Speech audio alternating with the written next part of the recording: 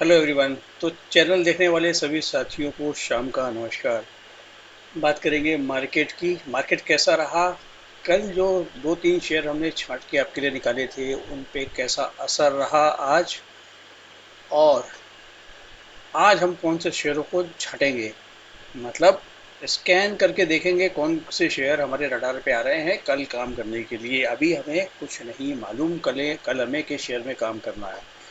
तो चलिए शुरू करते हैं फटाफट। निफ्टी बैंक निफ्टी तो फ्लैट ही थे, लेकिन other than Nifty and bank Nifty काफ़ी अच्छा हिसाब किताब था। 129 शेयर एफ एंड ओ के चढ़ के बंद हुए और 60 शेयर गिर के बंद हुए, जबकि टोटल गेन 0.76% था अदर देन निफ्टी के शेयरों में। तो ये बहुत ही अच्छा कहलाएगा, अच्छा डेटा बनता हुआ कहलाएगा।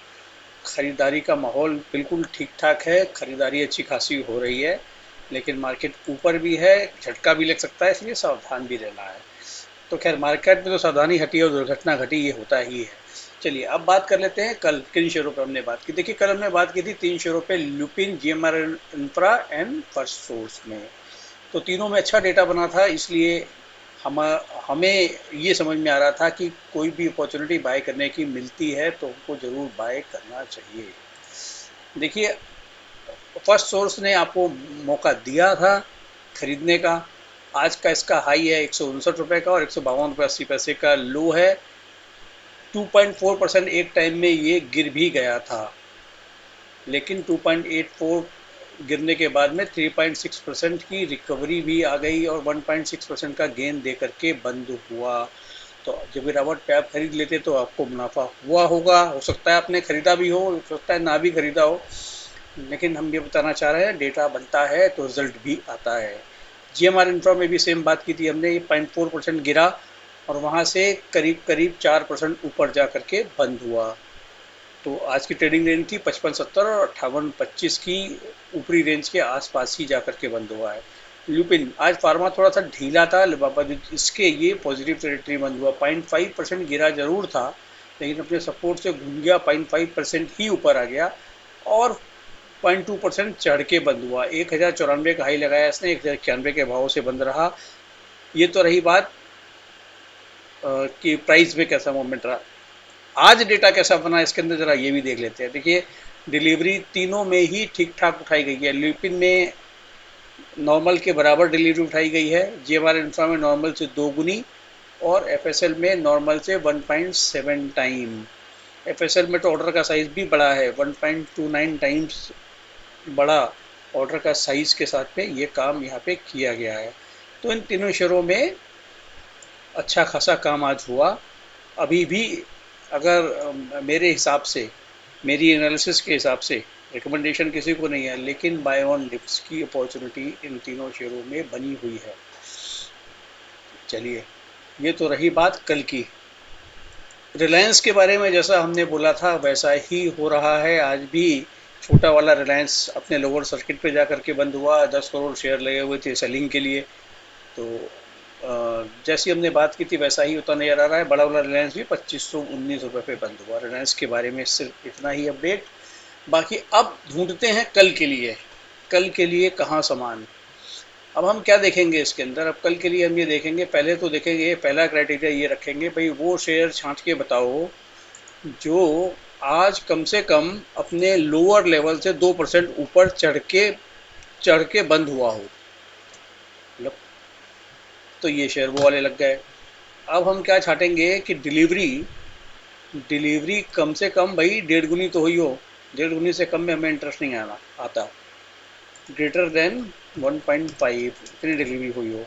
तो देखते हैं कौन कौन से निकल करके आते हैं। देखिए इसके अंदर जीएमआर इंफ्रा और एफएसएल जो कल वाले थे वो आज भी आ गए निकल करके, क्योंकि इसमें डिलीवरी ज़्यादा हुई। तो इन दोनों को अपनी फ़िल्टर लिस्ट से कर देते हैं बाहर, क्योंकि इनके बारे में दोबारा दोबारा बात करने का कोई फ़ायदा नहीं है। अब बच गए कितने शेयर? अब बच गए ये भेल, Whirlpool, escort, AU bank, Bharat forge, NMDC and IDFC first. इन सभी शेयरों के बारे में हम कभी ना कभी बात कर चुके हैं, मतलब कभी ना कभी से मतलब पिछले 15-20 दिनों में, और अब इनमें फिर से अच्छा डेटा बनता हुआ नजर आया है। देखिए भेल, भेल के बारे में कभी बात नहीं की हमने हालांकि। बेल देखिए आज अपने निचले लेवल से 10% ऊपर चढ़ के बंद हुआ। एक बार तो थोड़ा सा गिरा भी था, लेकिन उसके बाद बहुत अच्छी रिकवरी इसमें आ गई। डिलीवरी उठाई गई है इसमें 2.6 टाइम्स, और ऑर्डर का साइज 1.22 था। अब इसमें कोई ना कोई ट्रिगर होगा, कोई ना कोई न्यूज़ होगी, हो सकता है। अब ये पिछले 6 तारीख के बाद में आज ये पहली बार ऐसा हुआ है कि इतनी बड़ी डिलीवरी इसमें उठाई गई है। तो अब इसमें कोई न्यूज़ फ्लो भी हो सकता है, क्योंकि थोड़ा सा रिस्की शेयर रहता है ये। तो उसको उस हिसाब से देखिए। वर्लपूल हमारी रडार पे पहले भी कई बार आ चुका है, और ये बहुत बढ़िया पैटर्न बना के चल रहा है। रिजल्ट बहुत अच्छे नहीं थे, लेकिन प्राइस इसका बिल्कुल गिर के राजी नहीं है। हर डिप्स पे अच्छी खासी खरीदारी आ जाती है। आज 1625 रुपये बंद हुआ, अपने हायर एंड की तरफ ही जाकर के बंद हुआ। 1632 का हाई था, 1625 पे बंद हुआ। 2.3 टाइम्स डिलीवरी उठा ली गई, और ऑर्डर बड़े बड़े ऑर्डर से डिलीवरी उठाई गई है। तो यहाँ भी हालांकि ये शेयर काम तो सब ये सब अपने 52 वीक हाई के आसपास ही कर रहे हैं। तो ये चीज़ डेटा के हिसाब से इसमें सॉलिड डेटा बना है। कोई भी डिप्स को बाइंग अपॉर्चुनिटी की तरह ही देखना चाहिए। एस्कोर 3% चढ़ के बंद हुआ, अपने लो से भी 3% चढ़ा, और आज का गेन भी 3% ही था। इसमें भी करीब करीब 2.25 गुनी डिलीवरी उठा ली गई बड़े बड़े ऑर्डरों से। तो सॉलिड डेटा बनता हुआ नजर आ रहा है। हालांकि अपने हायर लेवल पे ही काम कर रहा है, 52 वीक हाई के आसपास ही काम कर रहा है। वर्लपूल तो 52 वीक हाई पे नहीं काम कर रहा है, लेकिन ये कर रहा है, तो वर्लपूल पर नजर रखनी चाहिए। अगला share AU small finance bank, भाई ये मेरे को बहुत धोखा देता है। अब ये आज इसके अंदर डेटा, अच्छा डेटा बना है बहुत टाइम के बाद, 2 गुनी डिलीवरी उठाई गई है इसमें। शेयर चला है 2.8% अपने निचले लेवल से।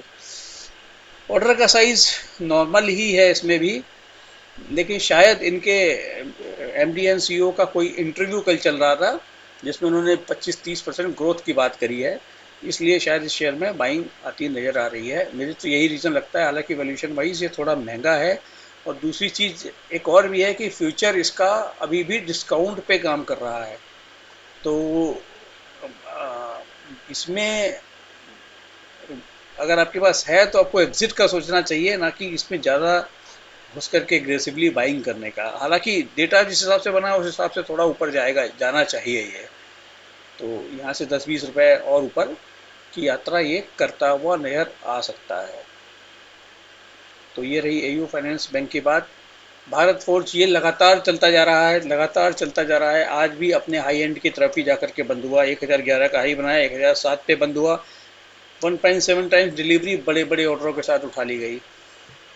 एनएमडीसी की बात हमने की थी 110 के लेवल पे, और आज इसमें 1.5 गुनी डिलीवरी उठाई गई है। ऑर्डर का साइज भी नॉर्मल से सिग्निफिकेंटली 15% बड़ा ही है।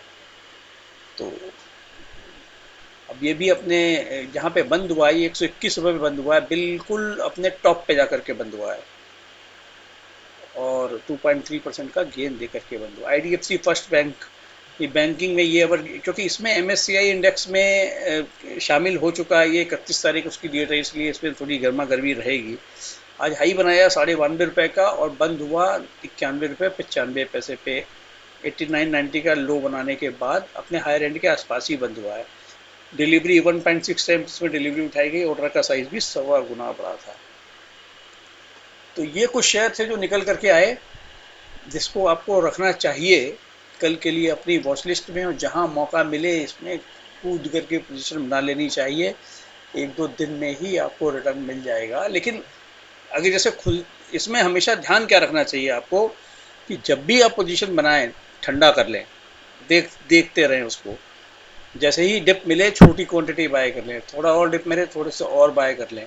तो इस तरीके से धीरे धीरे बाय, क्योंकि अब आज अगर हमने इसको एनालाइज किया तो ये थोड़ी ना है कि हम ही ने एनालाइज किया होगा, बहुत सारे लोगों ने इसको एनालाइज किया होगा, बहुत सारे लोग बाइंग के लिए बैठे होंगे। तो कभी भी हड़बड़ी में नहीं खरीदना है। थोड़ा नीचे मिल जाए, अच्छे प्राइस में मिल जाए, खरीद लेना है। 2-3 दिन में ही आपको पैसा बना करके ये दे देंगे। और लॉन्ग टर्म के हिसाब से भी इसमें से कई शेयर तो रखे ही जा सकते हैं, लेकिन हालांकि अभी लॉन्ग टर्म के हिसाब से सारे ही शेयर काफ़ी महंगे हो चले हैं, इसलिए भी बहुत लॉन्ग टर्म की बात नहीं करनी चाहिए। सिर्फ स्विंग करने की अपॉर्चुनिटी देखें इन भावों पे। ऐसा मुझे लगता है। आप में से किसी को भी कोई रिकमेंडेशन नहीं है, बस ये ऑब्जर्वेशन है। इस ऑब्जर्वेशन का आप फ़ायदा उठाइए, अपनी एनालिसिस कीजिए और पैसा बनाइए। चैनल को सब्सक्राइब नहीं किया है तो सब्सक्राइब कर लीजिए, वीडियो को लाइक शेयर कर सकते हैं आप। Thank you very much.